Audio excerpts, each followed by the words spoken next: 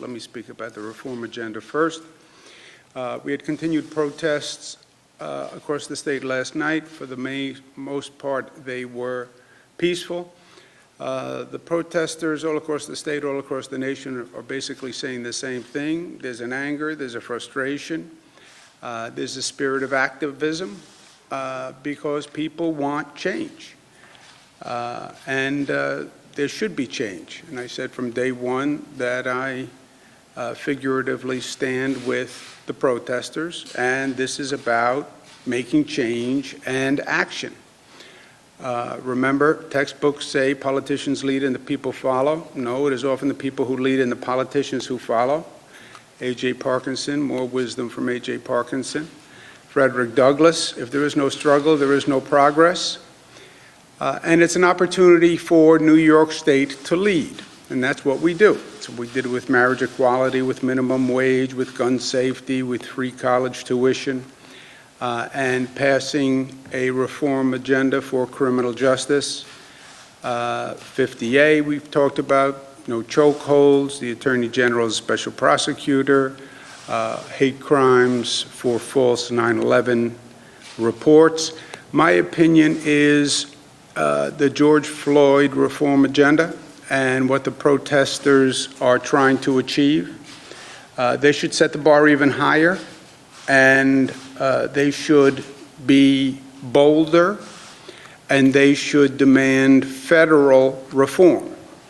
You want to change this country, that has to happen on the national level. And we're in the midst of national elections, and they should put forth a federal agenda that gets to the root cause of the issues. Yes, criminal justice reform, and we know how to do that. But the core inequality and injustice issues start with the education system, where you have two education systems in this nation, one for the rich and one for the poor. Everybody knows it. In this state, the most progressive state in the United States, a rich school spends $36,000 per student, a poor school spends $13,000 per student. From birth, from day one of school, depending on the zip code you live in, depending on the income of your family, is the education you get. It's wrong. It's unfair. It's wrong. That has to happen at a federal level. How do you still have children growing up in poverty in this country, the richest country on the globe? It has to change. It can change. Look at the money the government just found when they had to battle COVID. You can be very creative when you want to. Get creative about children living in poverty, and you need a real affordable housing agenda. The federal government, historically, constitutionally, by law, provided affordable housing. The 1949 Housing Act said safe, clean, decent housing for every American. That was 1949 Housing Act, paraphrased. The federal government went out of the business. States and locals are supposed to make up. They can't.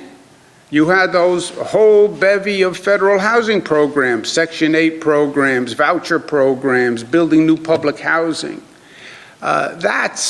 You want to make change in this moment, go to the core issue that really is driving the injustice and the inequality and get it done. You have this energy, you have the momentum, now is the time. In terms of reopening, we've been doing it based on the data and the facts. The number of hospitalizations are down. The number of deaths are up slightly, but overall the trajectory is down. And again, today's Sunday. The Sunday numbers tend to be statistically, there's a variation with the rest of the week, but overall the numbers are down and the numbers are good. Number of lives lost continues to drop. We are now doing a tremendous number of tests. As I said, testing is the best mechanism to get a snapshot, right? Where are we today? You test today, and you find out where you are today, right? What is my weight today? You get on a scale, gives you a number. That's where you are today. We do more testing than any state in the United States. We do more testing than any country per capita on the globe. So we have the clearest definition of a snapshot. Yesterday, 60,000 tests performed in the state of New York, Saturday. 781 positive tests. Lowest since March 16th, okay, which is before we even closed down.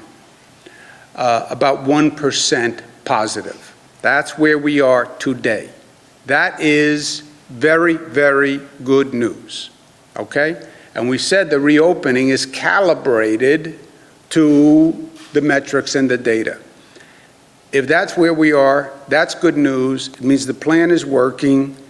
It means we bent the curve, and on those numbers, we can advance the reopening. Hudson Valley is on track for phase 2 on Tuesday. Long Island is on track for phase 2 on Wednesday. We're going to allow socially distanced graduations outdoors with up to 150 people total beginning June 26th. That's when the schools start to graduate, high schools. And it gives us a couple of weeks between now and then. God forbid the number changes, but schools need to plan with the progress we've made so far, and if we continue this trajectory, we'll be able to do that. But again, we have a little time to see between now and then. In terms of New York City has met all the metrics. We are going to open New York City tomorrow for phase 1, period. That will happen. When we begin phase 1 in New York City, remembering New York City had the highest number of cases, New York City has the highest density. New York City has also been the location for the protests with the most number of people. We are concerned that those protests may have increased the spread of the virus. We're going to do 35,000 tests per day just in New York City. Snapshot, snapshot, snapshot. So we'll watch it on a daily basis to find out exactly what is happening. Remember, there was a lag on the infection rate, so if you were at a protest several days ago, probably wouldn't show up. But when you get to about 7 days, you'll start to see a pop in the number if those protests actually increase the spread. We're going to increase the number of testing sites in New York. And I'm going to ask again, if you were at a protest, I understand your point, I'm with you. We also have the situation with the coronavirus. Act responsibly, get a test. Get a test.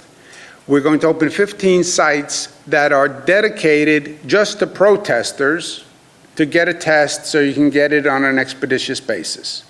But please get a test. My opinion, not a fact, I would act as if you were exposed, and I would tell people who I'm interacting with, assume I am positive for the virus, because you could be infecting other people. But please get that test. That is the one variable in this equation that we're not sure of. We've tested everything else, we've measured everything else, everything was going fine, then we had these large number of protests. We don't know what the effect of those protests are, and we're concerned about it. All the health experts I've spoken to are concerned about it. So while we're waiting to see if there's any result, get a test in the meantime. But New Yorkers have bent the curve by being smart. And there are always voices out there who say, everything's fine, I can't see the virus. So a person said to me on the street, look around, do you see the virus? Yeah, no, you're not going to see the virus. But you have these voices that say, just open, everything is fine, disobey the rules, just open. Look, there are still facts in life. Everybody can have an opinion. And then there are still facts. I believe my ideology is government doesn't have a right to tell me to do this. I understand your ideology. Let's look at facts. Look at what is happening around the country. Look at the facts after countries and states reopen. And look at what is happening with their curve.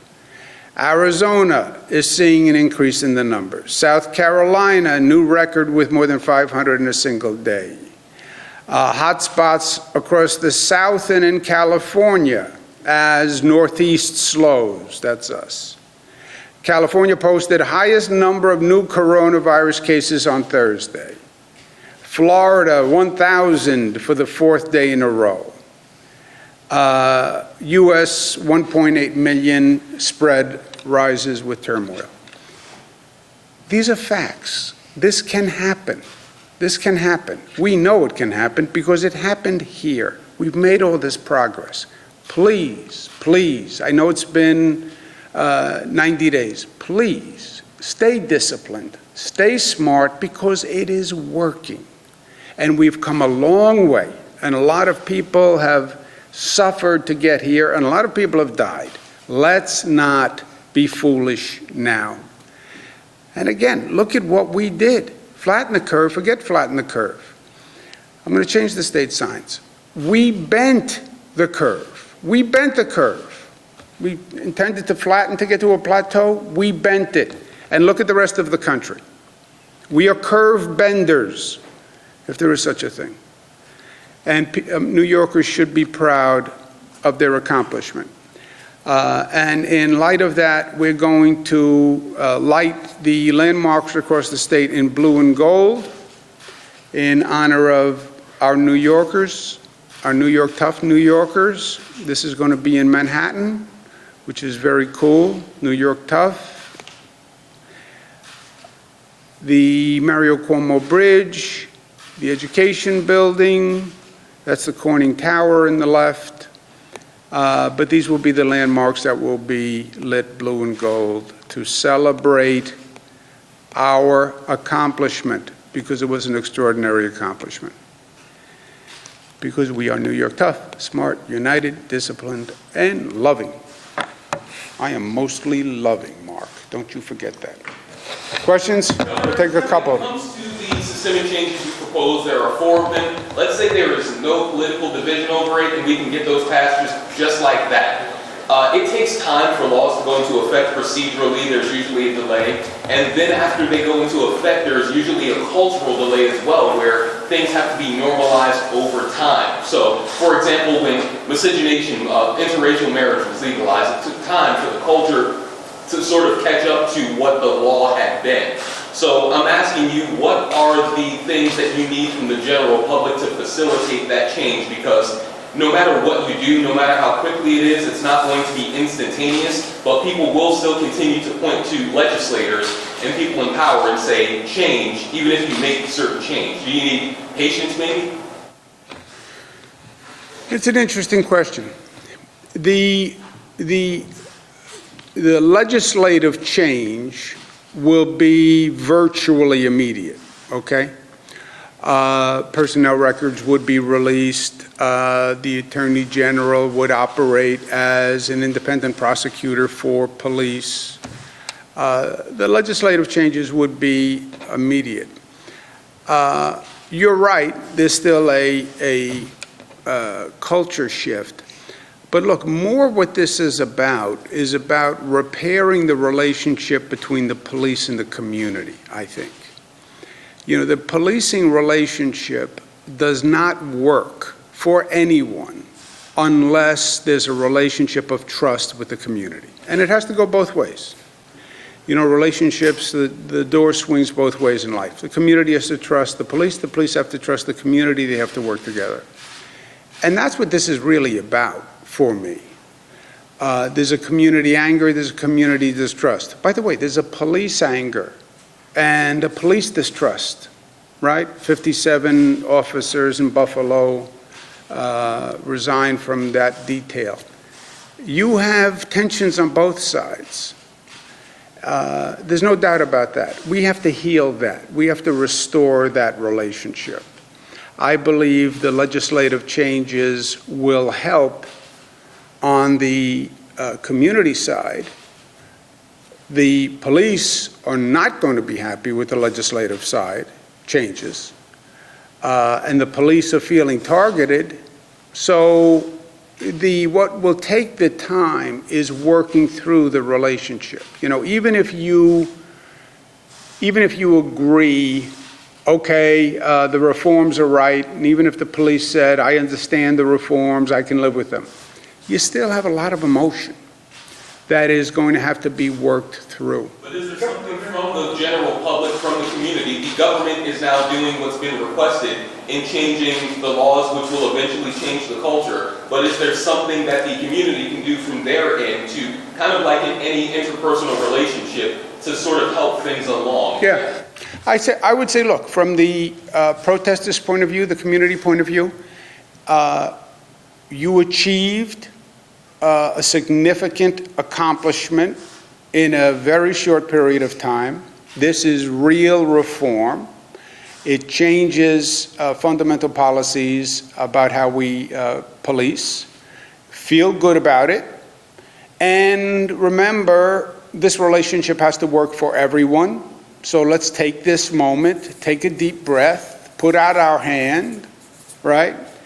And understand that the police, this is a tough job, and 99.9% of them are there to do the right thing. And every good policeman will say the bad police actions hurt the good policeman as much as they hurt anyone. So a little understanding, bring down the emotion, deep breath. Governor, what is your updates on the Kawasaki virus, and is that affecting your thinking on summer camps? A lot of people are interested as to whether or not those will Yes, I open. said specifically that we're looking to get more information on the Kawasaki inflammatory syndrome before we make a decision on sleepaway summer camps. We said day camps were okay, and I'm going to get an update early next week from Dr. Zucker, the health commissioner, on the Kawasaki virus, and then we'll make a decision. Good, last one. What is your opinion? There have been calls to defund police departments, essentially the argument that there are a lot of police, too many police, and that if police can't stop killing black Americans, they should. You have tension, you have anger, and you have extremes in our society. Our society is about extremes now, right? Extreme left, extreme right, high tension, high frustration. Coronavirus increases the anxiety for everyone, increases frustration for everyone. So yes, you have extremes on both sides. But look at the facts, right? There's also still balance in life and reasonableness. We don't need police. Look at the looting that happened in New York City. Look at that looting. It was frightening. It was criminals who were exploiting the situation, who were opportunistic, who were just stealing. You have New York City that is still reeling from the COVID virus, and now you have this night of looting that I'm telling you shook people in the city to the core. You don't need police. You don't need police. That's what happens when you don't have effective policing. Now, the looting had nothing to do with protesting. Protesting is different. Some people try to put the two. The protesters are looters. No. You have looting and you have protesting. You have apples, you have oranges. They're different. The night of looting was the fault of the police officers. No, it wasn't the fault of the protesters, and it wasn't the fault of the police officers. I said it was the management and deployment of the police officers. But no police, you get looting. That's what you get. Nobody wants that. So, thank you. I'll see you tomorrow. I have to go to lunch. Yeah. I know.